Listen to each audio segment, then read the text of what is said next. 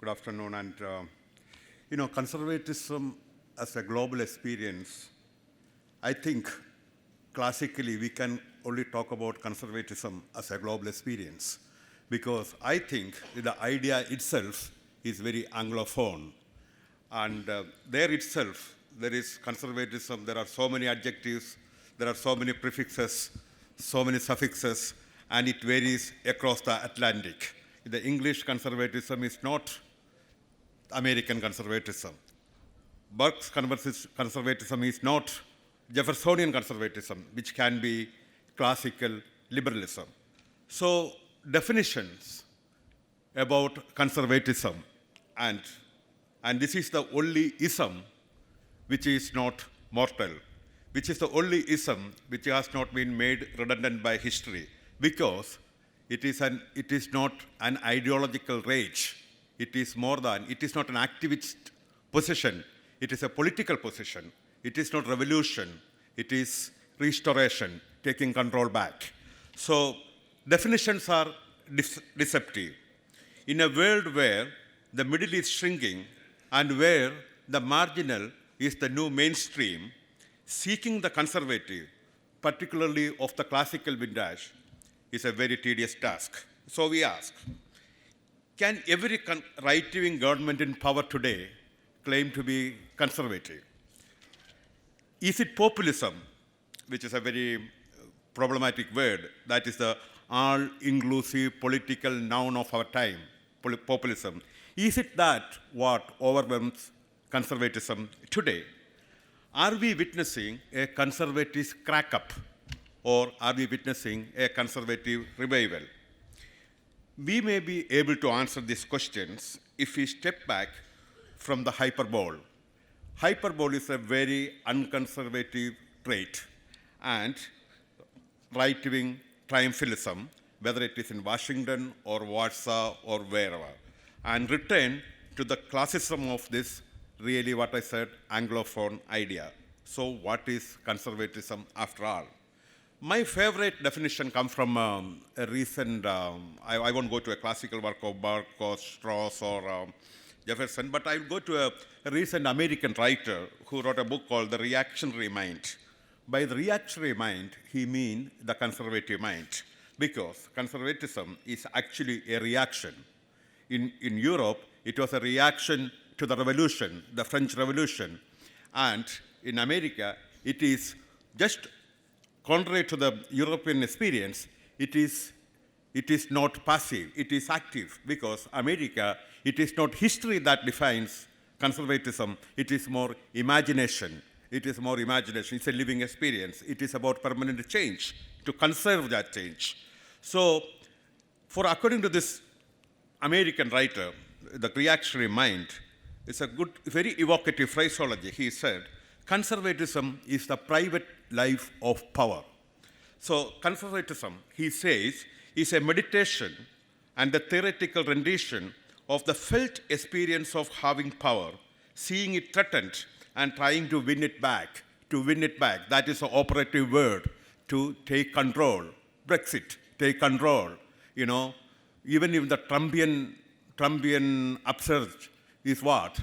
He says that make America great again, and he's redeeming the Republicans in his own way, way which may not be aesthetically appealing to the traditionalist, but in order way to redeem the right from the right-wingers, to redeem the right from the entitlement and enrichment of the right-wing Brahmins, the establishment of the Republican Party. So he made a conservatism or Republican Party after his own image. So what we are trying to win it back. In that sense, I would say conservatism is more than a testament. It's a rejoinder. It is not about revolution. It is about restoration. It is not about a great tomorrow. It is about a habitable, dignified, decent present. It prefers the familiar to the fantastical. Conservatism brings a certain amount of loftiness to the hierarchy of power. That's more in the classical English sense. A certain amount of elitism. He assumes that lower order does not have the privilege to exercise the will. The submission is their first duty, and agency is the prerogative of the elite.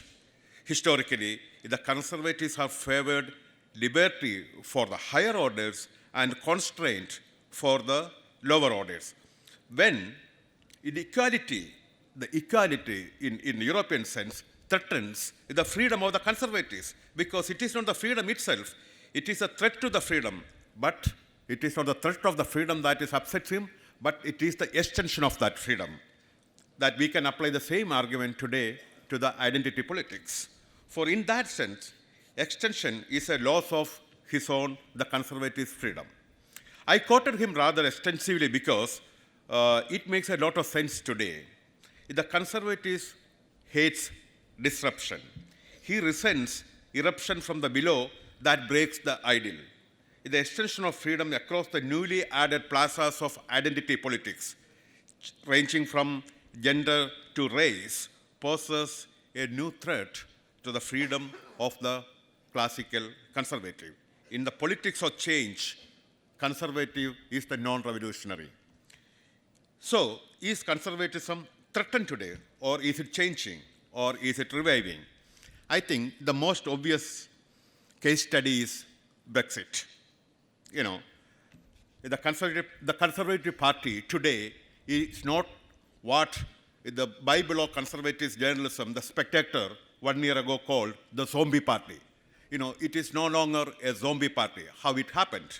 Because the spirit of Brexit, in its purest form, by which mean not a new English pastoral, was a conservative sentiment of restoration, taking control back. It was not, as the liberal mockery went, a project in nostalgia. It was not an island's imperial fantasy rooted in a great yesterday. It was about taking back control and about redeeming the present from the promises of utopia. Romancing the transnationalism of the European Union was, in every sense, against the spirit of conservatism. Brexit was the political expression of the so-called silent majority, what the Nixon called the silent majority. So the original constituency of the contemporary conservative is the silent majority. So it was the revenge of the, in the words of the English writer David Goodhart, it was the revenge of the somewhere people against the nowhere people. The somewhere people are the one who have a great sense of belonging. They belong somewhere. They want to wake up every morning to a familiar place, listen to the familiar sound, listen to the, there is a sense of rootedness. So it was a victory of the somewhere people against the nowhere people. What we call the nowhere people is the international globalist cosmopolitan. So the rage of those who belong against those who carry the entire world in their mind. So it was the victory of the post-Brexit conservatism is a traditionalism and virtual content, carries the traditional and virtual content of the classical conservatism. That is why in Boris Johnson's Brexit Britain, conservative party is no longer a zombie party. So then after the high noon of the Thatcherite revolution, or whatever you may call, there was some kind of a hibernation, because in Cameroon's social conservatism was not really effective. So now let us move to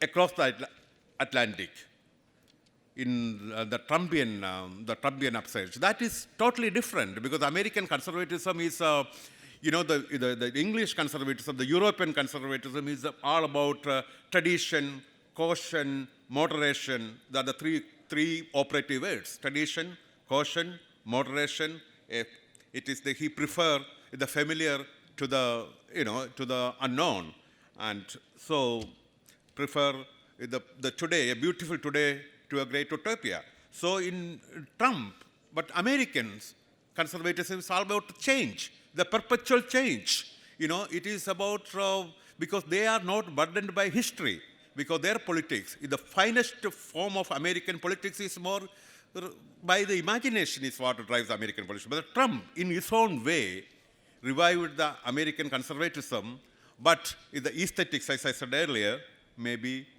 appealing to everyone there or everyone across the world. So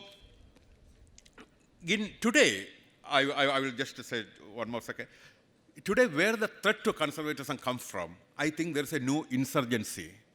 That is what we call, in the post-communist world, everywhere, what we call the populism, or, we have to come to terms with the idea of the nation. That is what Trump has done, and a new kind of nativism. So how conservatism today can cope with this changing world, the post-communist, the post-war, because there Trump, Ronald Reagan, the great conservative, wanted to breach the wall, and the new American conservative want to build a wall. That is a difference. So the conservatism today had to deal with one major thing: immigration. That's the number one thing. How you deal with immigration? In America, there was never a fear of the foreigner, because the idea, the great American dream, is built by the immigrants. It is built by the outsider. So in Europe, but today it is changing, because he wanted to build a wall, and yesterday somebody wanted to breach a wall. And the new conservative is not about Birkenstocks, is not a prudent or moderate. It's a preservation of the permanent change. So how to deal with that change is the challenge of the conservatives today. Thank you.